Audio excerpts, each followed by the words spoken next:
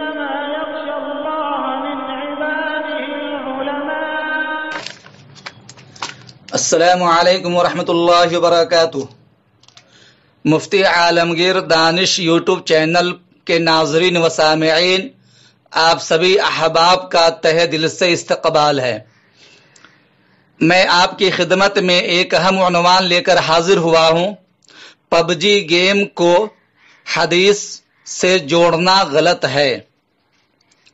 آج کے اس ویڈیو کے اندر میں پب جی موبائل گیم کے بارے میں کچھ باتیں کروں گا اور ایک حدیث اللہ کے نبی صلی اللہ علیہ وسلم کی جو اس گیم کے متعلق یوٹیوب پر بہت گردش کر رہی ہے اس کے بارے میں بھی کچھ باتیں کروں گا، حقیقت کا انکشاف کروں گا. دوستو، یہ ایک پرفتن دور ہے جس میں لوگ اپنے فائدے کے لیے اللہ کے نبی صلی اللہ علیہ وسلم کے قول کو کسی بھی طرح پیش کر دیتے ہیں. اس ویڈیو کو آپ اخیر تک ضرور دیکھیں تاکہ میں آپ کو بعد میں بتاؤں گا کہ حضور اکرم صلی اللہ علیہ وسلم نے جو حدیث میں فرمایا وہ کچھ الگ چیز ہے اور یہ گیم الگ چیز ہے. انشاءاللہ اس چیز کو اچھی طرح سمجھانے کی کوشش کروں گا. سب سے پہلے یہ جان لیجئے کہ میں پب جی گیم کا سپورٹر نہیں ہوں، بلکہ میں تو ابتدا سے ہی پب جی گیم کا مخالف رہا ہوں. جیسا کہ آپ میری دوسری ویڈیو کلپ جس کا عنوان ہے پب جی گیم کی تباہ کاریاں کو دیکھ کر اندازہ لگا لیں گے. ناظرین، پب جی گیم کی وجہ سے بہت سارے نقصانات ہو رہے ہیں. عوام کے اندر یہ چیزیں دیکھی جا رہی ہے کہ اس گیم کو کھیلنے والے جو بھی ہیں وہ چڑچڑے ہو جاتے ہیں، اپنی پڑھائی چھوڑ دیتے ہیں، اگر جوان ہے کام دھندا میں ہے تو وہ بھی چھوڑ دیتے ہیں، تجارت معیشت کاروبار سب کو بالائے طاق رکھ دیتے ہیں. نماز روزہ قرآن کی تلاوت تبلیغی جماعت امت مسلمہ کی صلاح و فلاح کی باتیں کرنا سبھی کو پسے پش ڈال دیتے ہیں.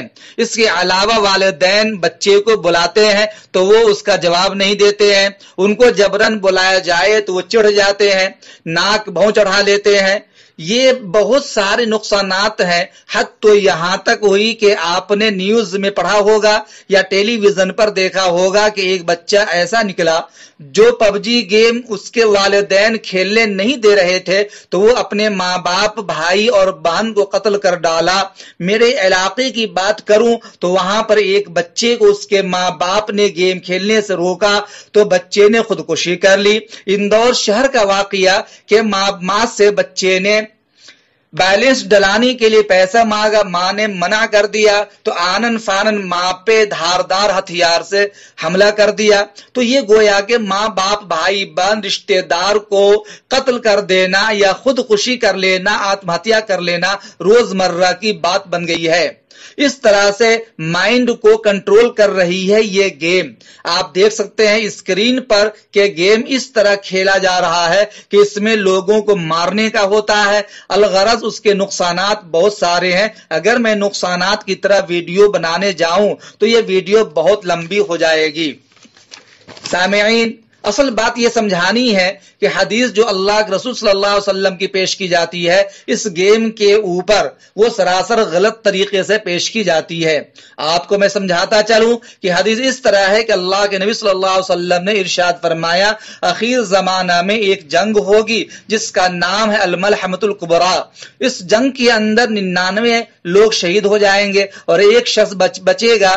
تو اس وجہ سے لوگ اس حدیث کو گیم کے وہ فٹ کر رہے ہیں کہ اس گیم میں بھی 100 بندے اترتے ہیں اور اس آئرلینڈ پر اترتے ہیں اور کھیلتے ہیں اور ایک بچتا ہے وہی وینر ہوتا ہے، وہی میدان جیتتا ہے. حالانکہ اس چیز کو حدیث سے کوئی تعلق نہیں ہے. ناظرین، حدیث کو اگر اچھی طرح سے پڑھا جائے تو اس میں یہ بھی ہے کہ اللہ کے نبی صلی اللہ علیہ وسلم نے ارشاد فرمایا کہ وہ جنگ ملک شام کے میدان میں ہوگی. اور اس کے علاوہ یہ بھی حدیث میں آیا ہے کہ اس میں شریک ہونے والے مومن کو اللہ کے رسول صلی اللہ علیہ وسلم نے جنت کی بشارت دی ہے. اب اگر اس حدیث کو اور پب جی گیم کو جوڑے جائیں گے تو اس کا کہیں بھی نام و نشان نہیں رہتا.